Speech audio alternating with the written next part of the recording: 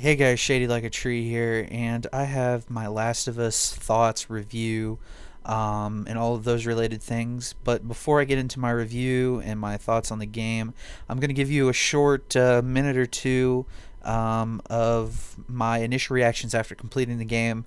I literally had my computer ready to go, ready to just put on my headset and hit record, and this is seconds after I've finished the game. I mean, just absolute not much time at all has passed. So I hope you guys enjoy that. That is spoiler free. Then there will be a warning, and then following that will be more thoughts from me on the game and what happened in the game. May or may not contain spoilers. I don't know. Catch you guys later. So, wow. I just finished The Last of Us. Holy cow. I am speechless and a utter wreck of emotion. Oh my. I honestly don't think, with maybe the exception of Flower and Journey, that I've ever been moved this much by a game. Naughty Dog did a brilliant job with this game, and later I will break it down to you, but right now I wanted to just get my initial reactions to finishing the game. This is just the state I'm in. It's just utter awe and shock and disbelief, and yeah, wow, outstanding. I had a great time playing the game. I played it in well, it's probably been more than 6. It's probably been about 8 hours now today. 2 8-hour bursts. Holy crap. I can't breathe. I can, but wow. My heart is racing right now. Yeah. That's incredible. I can't say anything else other than the game was amazing in every way, and it was like a movie but better. And even though there were some points that were a little frustrating, I've got to say that that game was just awesome. Just awesome. So, without further ado, I'm gonna go to bed, and I'll make the rest of this video another time. So, I'll see you in a second. Warning, from this point forward, this video may contain spoilers for the video game Last of Us. Proceed at your own risk. And so I'm back now. I loved this game. It was great. There were. Well, let's do this standard. Let me stop just meandering around. So let's first talk about the bad, because there's not a whole lot of bad about this game. So there are some problems. With the puzzles are really hard. There were a couple puzzles I thought were really difficult if you didn't know what you were doing. And there were a couple very small mechanical issues I had with the game. For instance, I could be moving along silently, not attract anything, and then here comes the cohort that I'm with, whether that be Ellie or another woman or whomever I'm in the game, and they're stomping around making all kinds of noise. And the clicker, which is one of the infected, which is one of your enemies, won't hear them, but the minute you sneeze, they hear you. I mean, there's a little continuity issue with that. I would have liked the NPC allies to be more organic, less loud, but that really didn't detract from the experience too much. And there were some issues with just load times were kind of long if you had to like start the game. I only stopped the game maybe 3 times where I had to like reload. But it takes a good 5 minutes, I think, for the game to load up. But I mean, it's probably pretty understandable why that might be. But outside of that, I didn't really have any problems with the game. It deserved all the great scores it got. I think it got something like 30 some odd perfect scores. And then I know that I just read the Game Informer. They gave it, I think, a 9.6 or a 9.8 or a 9.5 or something like that, which I think was a little low, to be honest. But they gave it a pretty good score nonetheless. I really like this game because it's a lot like Uncharted, but if Uncharted dealt with more zombies. I know in was it the third Uncharted? I believe it was. Yes, it was the third Uncharted, where you had to deal with the Nazi zombies. This game handles a lot like, it handles, feels, looks, smells, sounds, just like that did. That I think it was like a level or 2 that you had to defeat the zombies. And 2, this game also kind of feels a lot like Tomb Raider, which was another game that I liked quite a lot. In that you're out on your own, limited resources, limited ammo, and you just got to make do with what you got. And that's something that this game really really does well. And as you can see here, I'm kind of cycling between all my weapons to try to alleviate the situation I'm in. I should mention that this is not the first playthrough that I did. This is actually, I had wisely made a second save about halfway through the game. This is about 40%, 45% through the game. Just because I knew I would want to come back and not have to start all the way from the beginning and whatnot. So this is about 40% of the game. And this was one of the harder puzzles. The second time it wasn't that hard, but the first time, let me tell you, it took me a good minute. And right there, you can see one of the things I really like about this game, the realism. So you see blood spatter there. That dude's head's missing. Normally in games, when you shoot a dude in the head, instead of his head exploding like a watermelon, there's just a fake bullet hole in the back of his head, but his head's still intact. But if you shot somebody with a high caliber hunting rifle like I just did, that's what their head would look like. So, kind of just give you the story. If you haven't, again, this will be your final warning. If you haven't played the game yet and you want to, click off the video now. This is your final warning because I'm about to reveal some stuff that you might not want to know. So the storyline, basically, you're playing most of the game, I'd say about 90-95% of the game, as Joel. And he is a man. I would venture in his 50s at the time of the game, but at the start of the game he's probably in his 30s.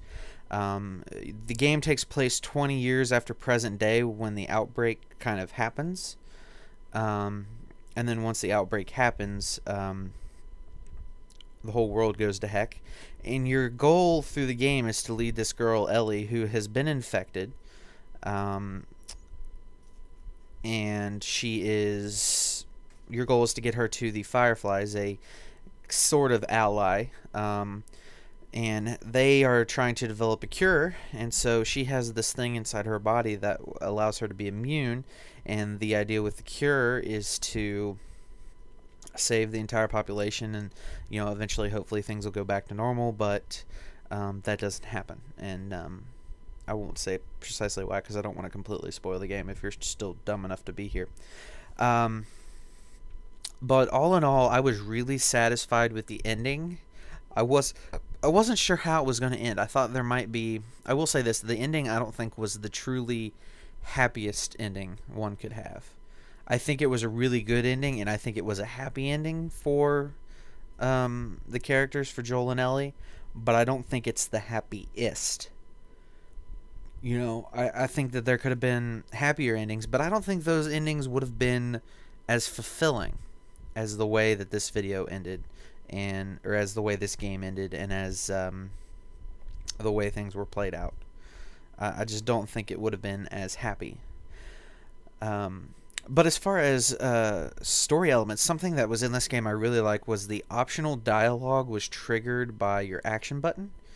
I liked about how Ellie, she's 14, she doesn't know what our world is like. So she's never been to a coffee shop, she's never been to a movie, and there were a couple scenes where like, oh, I I went to this when right before the day of the outbreak, or the 2 days before the outbreak, or when I went to coffee shops, I'd just get a plain black coffee because that's how I best like it. Kind of just, it's little insights into Joel, but it also informs Ellie of what the pre-zombie world was like, and a lot of interesting things sort of happened in this. And I should also mention that Ellie can't swim, which is why I have to bring this like giant thing over to her, because she can't swim for whatever reason, because apparently that's a thing in the New World. You don't teach kids how to swim, even though I've known how to swim since I was like a year old. So there's not there's not that like, oh, I know what this is, because I mean there's no internet. There's no MP3 players. There's barely batteries for your flashlight. Periodically through the game, you got to shake your controller and use the C-axis motion because your batteries run out. But yeah, Ellie kind of gets to discover a world that you and I, you, the viewer, myself, and Joel remember and are used to. Something that she's never experienced in her life. And I think that's really, it really makes for an interesting dynamic between them. And then as far as I thought a lot about a lot of different things during when I was playing this game, during the game. Mostly about like what would happen. Would this be true if basically how people are infected is, it's told in this game, it's that there is actually in real world, as I sit here and as you listen, a virus that controls that takes over the brains of small insects like ants, and I think there's like a beetle that it does this to. And the beetle becomes basically a zombie beetle, and it infects other beetles. And then so the idea behind this is well, what if that thing, that plant were to evolve, and then it would affect humans? So if you breed in the spores of this plant, you become kind of a zombie human, and you wig out, and then you die, and you're no longer a real human, and excuse me, all the things kind of involved with that. And I think this was pretty accurate. I have to say, I think the government would take control. I think that they would set up quarantine zones. I think it would become very much like a military state, and everyone would be out for themselves, I think. And I mean, there's nothing to say that there's anything wrong with that, but I think that that's what would happen. I think without a doubt, there would be rioting. I think without a doubt there would be a lot of death. I mean, there are fewer than 1 million people left at this point. At least that's my sense. My sense is that, the biggest cities are 10 to 15,000, maybe even smaller, because the Boston quarantine zone was just a few blocks. And see, here's one of these optional dialogues right here where he talks about, oh man, I miss coffee.